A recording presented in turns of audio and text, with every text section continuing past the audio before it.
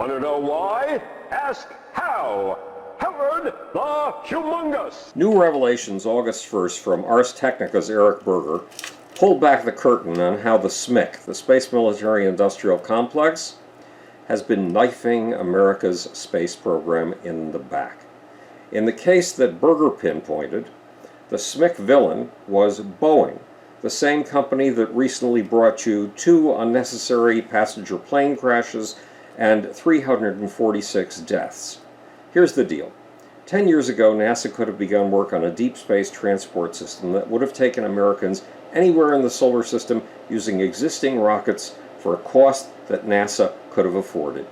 The key was something Boeing was researching: fuel depots in space, gas stations in space. Remember, if you decide to drive to Las Vegas, you know that you can get more gas along the way, so your car has a relatively modest gas tank.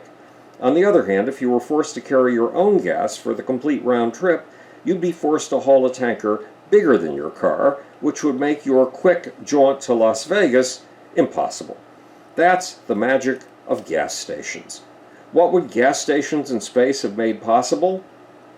Launching readily available rockets like the Delta IV Heavy, refueling them in orbit, then sending them off to the destination of your choice, the Moon, Mars, the moons of Jupiter, or the rings of Saturn, and delivering inflatable habitats, space homes, space hotels, and space stations that hotel magnate Robert Bigelow has been developing for nearly 2 decades. But Boeing killed its propellant depot programs, its gas stations in space. Why? Because it managed to snag something with even more short-term profit potential. Boeing landed a contract for a Franken-rocket, a rocket cobbled together from ancient parts and antiquated technologies, a rocket backed by the head of the Senate Appropriations Committee, Richard Shelby.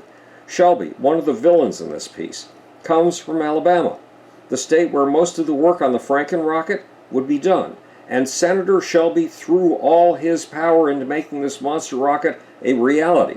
The new rocket was called the Space Launch System, and it meant a cash flow of roughly $2 billion a year to Boeing. In other words, it meant a transfer of government funds from the U.S. Treasury to Boeing's bank account and to Boeing's bottom line. What's more, the new rocket, the Space Launch System, was being paid for on a cost-plus contract. A cost-plus contract means the more change orders and delays Boeing could provoke, the higher it could balloon its profits. In just one short period, Boeing would charge the government close to $1 billion for just one of its delays. When Congress called in Boeing's president, Dennis Muhlenberg, and gave him a hard time, the legislators pointed out that Boeing should not be charging the government. It should be apologizing. Why? Because Boeing had promised to deliver the Space Launch System in 2015. It was 4 years late. Surely, the Congress folks reasoned, Boeing had screwed up. It had not met its commitments. When one congressman asked Boeing's president if he would be willing to swallow the $800 million in delays and overruns, Muhlenberg's answer was very simple: no. Meanwhile, what did Boeing do to its propellant depot program? Its program to develop gas stations in space. It killed that program. What's more, it forbade the use of the word depot by its employees, as in fuel depot. A July 31st tweet from George Sowers, who worked on the propellant depots and is now at the Colorado School of Mines, explains, quote, "We had released a series of papers showing how a depot refueling architecture would enable a human exploration program using existing commercial rockets." Sowers continues, "Boeing became furious and tried to get me fired. Kudos to my CEO for protecting me, but we were banned from even saying the D word," that's depot, "out loud." That's the end of the quote. And the gag order went well beyond Boeing. Senator Richard Shelby ordered a total block to talk about propellant depots where talk of propellant depots was needed the most: at NASA. Why did Shelby's gag order stick? Cross him, and your budget could easily disappear. And why the ban? If Boeing had continued its work on propellant depots, that work would have someday revealed a bottom line: that the Space Launch System, from which Boeing was making $2 billion a year, was unnecessary, that it was a total and complete waste of money and of something more valuable, time, a full decade of time, a time in which we would be racing to command space with the Chinese, who have a plan to colonize the moon, then to colonize the solar system, and then to colonize the universe. And they take this very seriously. The Chinese have a plan to use space to move us to the sidelines, a plan to use space to make us history. And a robust fuel depot program might also have clued the public into something else that Boeing wanted to keep quiet, that the Space Launch System was way above budget, way behind schedule, and might not ever fly. In fact, Boeing and Shelby were so successful in their disinformation campaign that Charles Bolden, head of NASA under Barack Obama, said in 2014, quote, "Let's be very honest. We don't have a commercially available heavy lift vehicle. Falcon 9 Heavy may someday come about.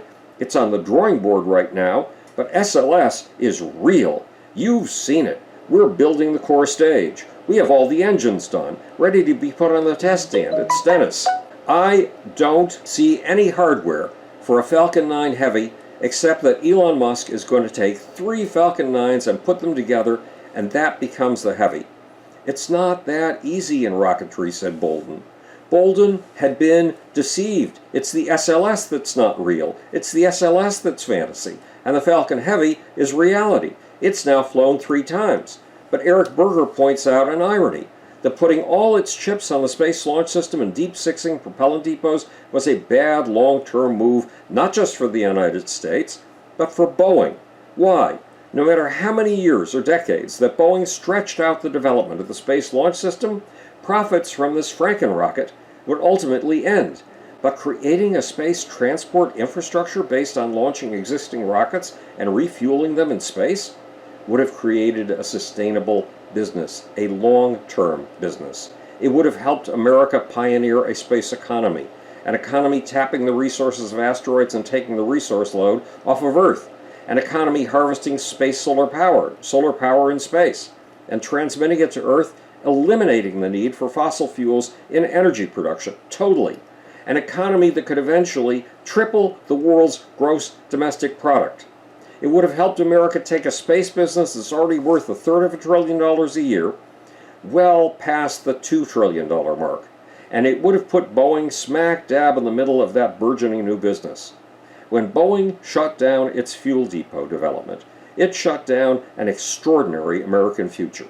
It knifed you and me in the back. My fear is that the Space Military Industrial Complex, the SMIC, may be using the tricks that Boeing pulled in killing propellant depots in our military procurement program. My fear is that when Boeing, Northrop Grumman, and Lockheed Martin create a new weapons system, they don't look for what will work the best, they don't look for what will be the cheapest, and they don't look for what will move the fastest. They look for what will pour the most money into their pockets. In other words, I'm afraid that the Space Military Industrial Complex sells us vastly overpriced but ineffective weapons. I'm afraid that our warplanes will experience software problems like the ones that crashed 2 Boeing 737 MAXs. Remember, in a war, the high price of planes can kill you. China and Russia, for example, can produce more than 10 planes for every one we can produce. And in World War II, we produced 10 aircraft carriers for every one the Japanese turned out. That's one reason the Japanese lost and we won. In a war, who can produce the most weapons and the best weapons wins. The Space Military Industrial Complex, the SMIC, has knifed America's space program in the back, and I'm afraid it might be doing the same to America's military. This is Howard the Humongous, speaking to you from the future. It's your job and my job to make, or, want to know why? Ask how. And now for the sleazy, slimy, seditious, sibilant, sycophantic little off button. I think I found it.